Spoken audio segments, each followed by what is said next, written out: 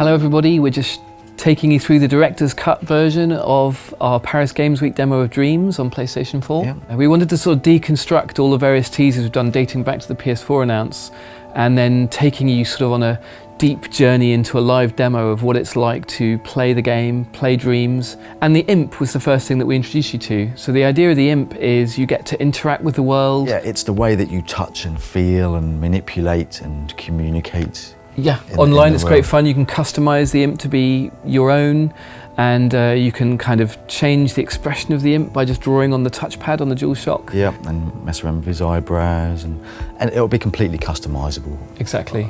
So you can make it your unique mascot, if you like. And the thing about Dreams that we showed in this demo is that there's many kinds of gameplay. So different dreams have different rules. So the author of a dream gets to set, or the dreamer of a dream. The dreamer of a dream gets to say what the rules are. And in this opening sequence, it's a very tactile feeling thing. You get to basically move things around using the Imp. Yeah. And what we're sneakily doing is introducing you to that's how you create things as well, isn't it? I mean, yeah, exactly. It's a cursor. It's a glorified cursor. It's a very posh, fluffy, squishy cursor. In this level, the rules are wide open, and there's this little character here called Frances. We can possess her, and Mark can then directly control her, both using the left stick to make her walk around, but also just by moving and emoting and... Exactly, so you can be much more kind of expressive, and you know, you can kind of sneak and sort of peek around corners, and you can really kind of perform. And then of course the other side of this level is that it's not very large to begin with, and so what the dreamer of this dream has done is that they've created collectible items, in particular a woodshed and a tree, that allow you to extend the level. And the tree was sort of a cosmetic item, but I think the exciting thing about the woodshed is that it's not just an ornament to make this place look better. It's actually, you place it down and then discover that you can actually go inside it to another place. Yes. So this was the first introduction, the demonstration of something we currently call them links, to kind of remind you of what it might be on the web to move from website to website. But the thing is that when you do that in Dreams, it's so much more magical, because it's like traveling through a portal or a doorway. And I love the idea that people explore Dreams by looking out for things like windows, doors, wells, clearings in forests, you know, all sorts of different ways that you might travel from one dream to another dream. Yeah, exactly. And just like in real dreaming, you know. And that level link can be randomized, so you can say, take me to any level or dream tag jungle made by my friends, or made by my friends of friends. So you can choose how selective or randomized the link is. Yeah, exactly.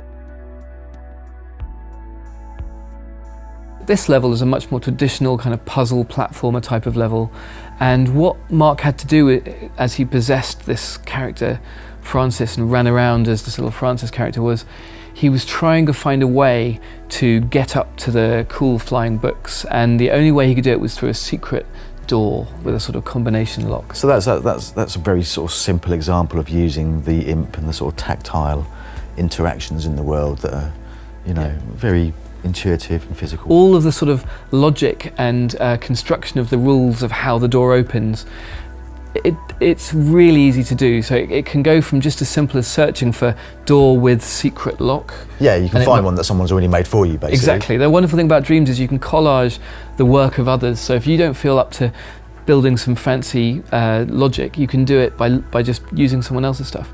Or you can use our electronic system, which is very easy to get into. Yeah, it's very similar to what we did in Little Big Planet. Yeah. Obviously, we've made it better where we could think of improvements and things, but it's coming from the same kind of place. So the idea with Dreams is that we both go easier to use if you just want to use someone else's things, and also deeper. So it's kind of like tackling both sides. Anyway, so you go through the door that you found, and you find yourself in this gigantic kind of auditorium-y, strange place, too big to climb up yourself. But luckily there's a giant just hanging out, having a snooze. And this is to sort of sow the seed in people's minds, hopefully, that, you know, the range of kind of characters that you can create in this is is infinite, essentially. Exactly. So many games have customization of characters, but we actually have creation of characters. You can build characters from scratch, or you can customize others that you find, whether it's part of the gameplay experience or part of the creative experience.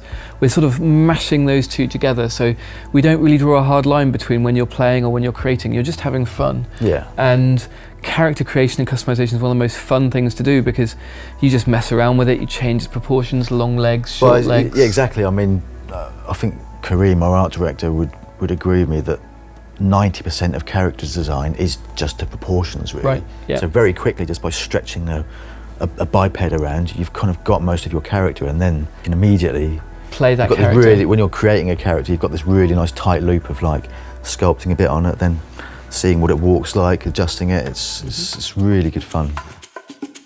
And actually that leads us into the sort of climax of our Paris demo, was it going into that depth of playing and creating even more so when you go online, because when people join you in your level, you don't all have to be doing a platform mechanic. In this case, Cake World, the rules are that people who join after the first player get to, you know, assemble fruit bowls. And yeah, I mean, this is a dream where somebody's kind of pretty much opened up all of the rules, if you like. It's like a sandbox and they're level. Yeah, it's like a sandbox. They're literally, these people are constructing a level whilst there's someone in there actually testing it. One of the things I think we didn't celebrate enough about Little Big Planet was a lot of people just played around and messed around in this create mode as if it were a sandbox, and it wasn't about publishing a particular dream or a particular level in Little Big Planet. And it's the same, even more so in dreams, of like, if you just want to muck around with your friends and, you know, they can build a cake highway, or in this case a breadboard of doom, and carve faces into it. That's fun in itself. That's part of the joy of dreams. It is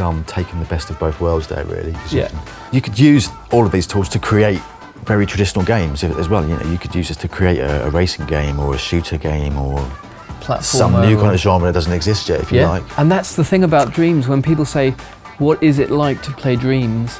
The real answer is, it's going to be this journey, the exploration of the Dreamiverse, but the individual dreams can have their own rules, and we won't know what rules you choose until we get this out there and you guys and girls get a go. And I think that leads into our beta trial next year. It'll be very exciting to see what you do with it, and we'll be responding. It's not like a fire and forget. That's the beginning of dreams for real. We know that we're going to seed the community with some brilliant Media Molecule made assets, levels, games, stories, but really the exciting thing is to find out what the community builds. Yeah, that's going to be the lifeblood of it all, I think. Yep.